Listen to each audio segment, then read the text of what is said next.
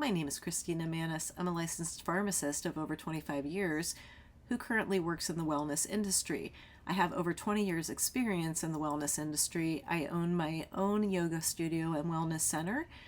I have some other credentials such as being a certified yoga instructor and other credentials that pertain to the wellness industry. Thank you for listening to these videos. Hit like or subscribe for more. And in June, exactly 2 months ago, because it is August 1st, I agreed with myself or made a promise and a pact to myself to begin having conversations on a YouTube channel regarding working with new energies and with all of us as humans shifting into our lighter way of being, our lighter way of existing.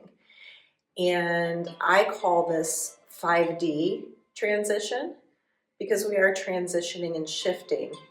Humanity is. A lot of people talk about this right now, and people have been talking about this. I was born in the 70s, so I know they've been talking about it at least from the 80s on. And there's books written about the global awakening of humanity. Nobody knows what that could look like, but right now we do know what a lot of astrologers talk about and what a lot of intuitives and authors and speakers who have had years also in the wellness industry. I've been in the wellness industry for over 20 years. The medical end of it, the pharmacy end of it, obviously for over 25 years. But the wellness industry, the holistic industry, there are a lot of people in that industry also that have known or expected that we would at some point shift because we are always changing and evolving anyway. Now the energies that are on the planet, solar flares, the photon belt, there are just so many different things that everybody is talking about. And there is the heightened energy of all of the global events and geopolitical events, the social energy going on as well is amplified because there are more people on the planet than there has ever been exponentially. That in and of itself is huge. There are billions of people connected on social media. Global communication has just increased so much. That is also huge. So with these new frequencies and energies, along with our ability to communicate in new ways, we are shifting, and I call this 5D transitioning. It's August 1st, so I didn't get to come on video as much in July as I wanted to. And part of the reason why is these energies are very intense. And I know with other people who are YouTubers and try to start conversations, some people are controversial and they don't even mean to be, and some of them are controversial and they don't care. There's also algorithms to deal with. You have a lot of forces working against you as a person that wants to start a conversation like this and help others transition through. With that said, if you are a person that wants to be a part of this conversation and is interested in how to shift and how to have better relationships, how to have a better love relationship with your partner, how to travel lighter in your own body, how to use these new forces and energies to feel better, and how to generate a world where you're supporting everybody around you. And so all of a sudden, people around you are starting to succeed, and that makes your world a better place. That's where we are going as a humanity, but you start with that in your own household and within your own self, your own heart. And so one of the things that has made it difficult is as there is a realization that this is Earth School, and the thing about Earth School is we are here to experience love. We have this thing on planet Earth called the heart center, and love is what we are all seeking, and love is what we came from, and love is what we will return to. We are always seeking it, and we are somehow always also seeking truth and support. We are both creators and destroyers. So in with our humanity, we have sought to both create and destroy love. And humanity is now coming into a new shift where we're being lit up. We're experiencing an expanded consciousness, which makes us more in touch with our oneness and our connectedness to one another, which is why we do have the technologies now that enable us to communicate across the world, whereas we were never able to do that before when I was young, and that wasn't that long ago. So we have these capabilities, and we can use this to connect, and we can use this to come into an expanded consciousness. And what this does is allows us to create a better world out of our love center, allows us to really experience love, which is what Earth School is about and is supposed to be about.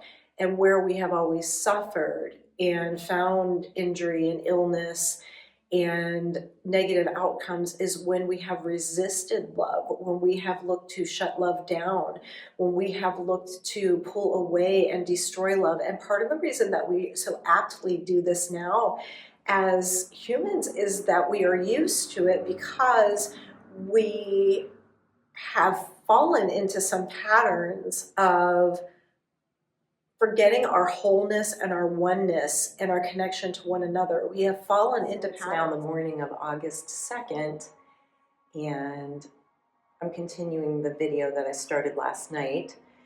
As time is rolling by so fast, I realized that I did not have time to complete the message that I was trying to convey last night because yoga students started to appear for my 6 p.m. yoga class, and that was a great reason to get interrupted and come back this morning to finish up the brief message that I wanted to relay here at the beginning of August. One of the things that I have found particularly difficult about jumping onto YouTube and social media to convey messages about our global transformation as a humanity that is moving into a more benevolent state of existence. There are limitations here, such as algorithms, and there are limitations such as other energies that are really flared up right now that sort of counteract those of us who are coming together and doing things like a global prayer or a global meditation. There are certain YouTubers that have really large followings that are on this algorithm of love and light. And I can see how difficult it is for those of us who are regular everyday people who are just now contributing to the conversation. And we know that this is a conversation that is really blossoming right now during the same time that we are having so much discord on the planet and obvious division, even within our own neighborhoods in some cases, but even within our own country. So we have a whole message that is going worldwide in some algorithms and in some forms and on some forums.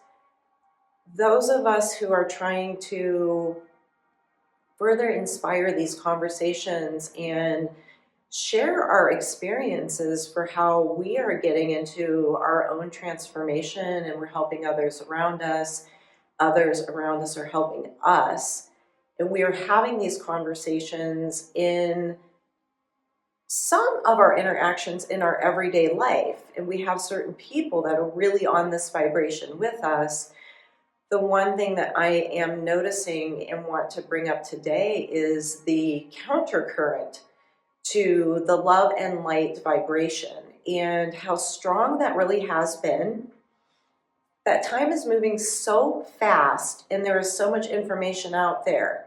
There are a lot of energies out there coming in really fast, that what I am personally noticing is a lot of overwhelm taking the place of us being able to relax and find peace and calm and self-care and a space to ourselves to be able to hone in on our own transformation, and us having fewer opportunities to talk with those who are connected to this idea of transformation and love and light and benevolence throughout humanity. It's becoming increasingly complicated because there are other forces that are encouraging division and discord. Those are the forces at work that encourage greed, okay, that encourage power as a means of wealth and controlling others, and not using the power of love to benefit humanity, whereas we certainly have enough resources on this planet that nobody has to starve or go without. Even though we do have a lot of people on the planet, we have enough resources and technology to take care of every human and every living being. So there are forces at work that counteract the force of love and light that is being generated throughout those of us who are spreading this message and who pray together and who pray across the globe and who daily dedicate some portion of ourself and our good heart work to the idea that if we support everybody around us and we try to exemplify love and we try to build within our local community a network of people who will come together and who will agree not to be divided over the subjects that we used to never talk about, the two forbidden subjects, politics and religion. Those subjects can be a personal, heartfelt value system to any of us and still not prevent us from loving one another and coming together. And love for humanity and the willingness to pray for a better humanity does not mean that you are going to be a doormat for people who are abusive, or people who will make fun of you, or people who will make fun of others, people who will use name calling and insulting. These types of people will be around to try to crash the vibration of love and light. And if you are a person who is trying to spread the vibration of love and light, you are allowed to be angry and put up boundaries to that. You are allowed to put up boundaries to mistreatment and walk away from that. And that does not mean that you do not hold love and light in your heart for all of humanity, even for the abusers that spiritually attack or energetically attack. Maybe they verbally attack, emotionally attack, professionally attack, or maybe even in some cases, it's physical attacks. When people do this to you or to others, you do not have to generate the feeling of hate, walking away from them, standing up to them, calling out the behavior and being angry about the behavior is not the opposite of holding love and light in your heart for all of humanity. The person who abuses has been abused. And yes, we can blame them and hold them accountable, and we can forgive them. But that does not mean that we let them back in and give them more opportunities to abuse us or anybody around us. So there's that point that I want to clarify, because using other energies like 5D and other senses that we are now being afforded, we are now being afforded an expanded consciousness and an intuition that every human has access to. And so as we learn to use the expanded forces that we're discussing and having conversations about, it is going to be exceedingly difficult for a while, because there is a lot of rejection to that idea. There are a lot of people that would love to experience love. They would love to have a life of love where they're experiencing just that. They are giving it and receiving it. So many don't believe that is possible, and they will really resist it to the point that they will argue to you that it is not possible to have a fully benevolent humanity.